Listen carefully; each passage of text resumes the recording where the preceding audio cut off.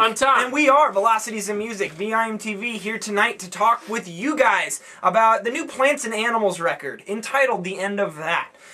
This record, Plants and Animals, guys, we've reviewed. This is a good band for us. VIMTV actually feels like we have a personal connection with this band. We've interviewed. We did not. I'd love to. I wish. We reviewed Park Avenue as a request back when we were just getting started.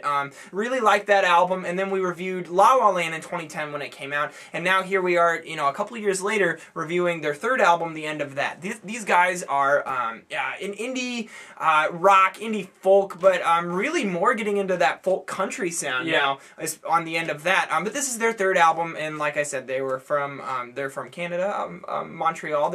A lot of good music comes out of Montreal, and Americans, just so you Canadian listeners, we're doing a lot of Canadian bands tonight. We here in Iowa are very grateful for our Canadian music. It Rush really forever. I should have worn my Rush shirt. I know, there's so much good music, especially out of Montreal. Anyways, The End of That. That was The End of That, and now this album it marks a transition in Plants and Animals sound. They're, achieving success with their first two albums, Park Avenue, had some bigger songs on it, as far as indie music goes. And then La La Land showed them maturing. It's a deepening of their sound. More serious and moody and dark. And I really got into it. I remember we were a little apart on that album, but that's okay. I still liked it. Yeah. And then this album sees the band kind of going into a more kind of country-ish tinge at times, southern rock.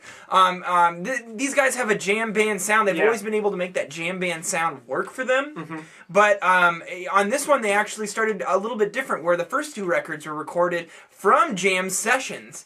These were kind of predetermined and planned songs, but they don't sound like that at all. If I was gonna just randomly pick which album came out of a jam band, it'd be this one for sure. And I think that's because they designed it to be so.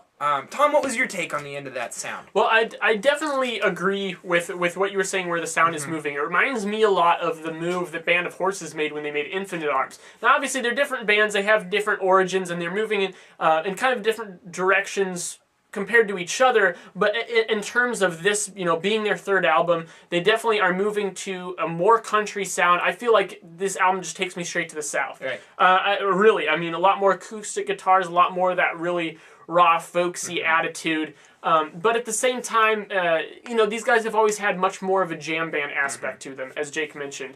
Now, for this album in particular, I feel like while that's a cool move, because I think they're actually focusing their sound, becoming a little more cohesive, I feel like the songwriting didn't entirely complement that. It just feels like they're maybe not quite comfortable with it yet. I feel like this is more of a transitional album than anything. It's still quite good from beginning to end. It's pretty consistent, but not quite enough, I feel like. I can't sit and say, this song's awesome, this song sucks. You can't do that with this album, but at the same time, it's a little uneven.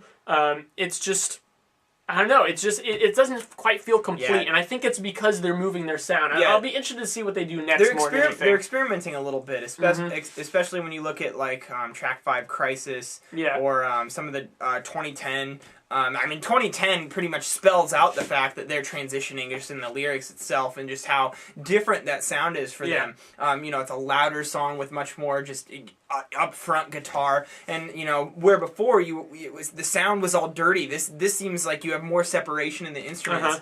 Definitely. But while this is a different, we've been talking about all the differences in their prior records, you still have a lot of the great instrumentation that you've come that just hardcore rock center of influence that these guys have always showed. That's still there. You still have that forest fairy, ethereal mood that these guys have always been able to channel. That's still present. But it just took me a while to actually get into this record, and at first I really didn't like it. And I think that over time I started liking it more and more, and I've settled out at a kind of even plateau, which is always a good where I want to get when I review an album. But I gotta say, I was more impressed with the back half of this record than the first half.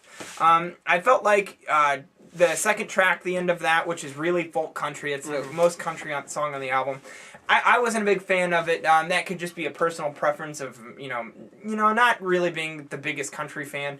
That could just be a personal preference coming out. But once I got to tracks 8 and 9, Why and Control Me, I thought that those songs were very good, and the closer Runaways was also very good.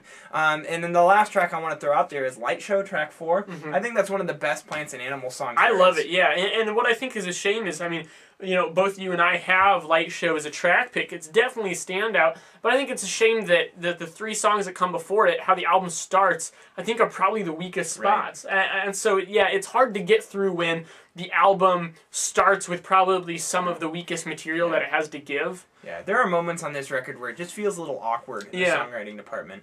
But all the pieces are there. These guys are going to continue. And this album marks in the lyrics and the sound, it marks a change in the band, a change in their mentality. They're looking to the future. They're looking to where this band is going to go now that they've established themselves. So it's going to be really interesting to see what these guys do next. Personally, Tom, I feel like they are going to have to change their sound. They're not going to be able to keep doing this over and over again and have it still be good. I think that if they were to try, each album will get successively less interesting. Yeah. And just because it dilutes its own sound, they've already had good albums come from this.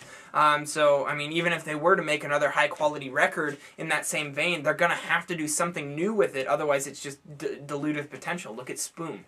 And that's just the way these kind of acts go. So hopefully they keep reaching and keep growing. But right now, for this album, I'm sitting at a 71. I'm going 69. What did you guys think? Let us know at www.velocitiesandmusic.com or youtube.com/velocitiesandmusic. Harping a lot about social networks. We're getting a lot of interaction from you guys, and we appreciate it because you guys make VIMTV what it is, and we love you. So hit us up at Twitter and our Facebook account. I'm Jake. I'm Tom. And we are VIMTV, moving music critique forward.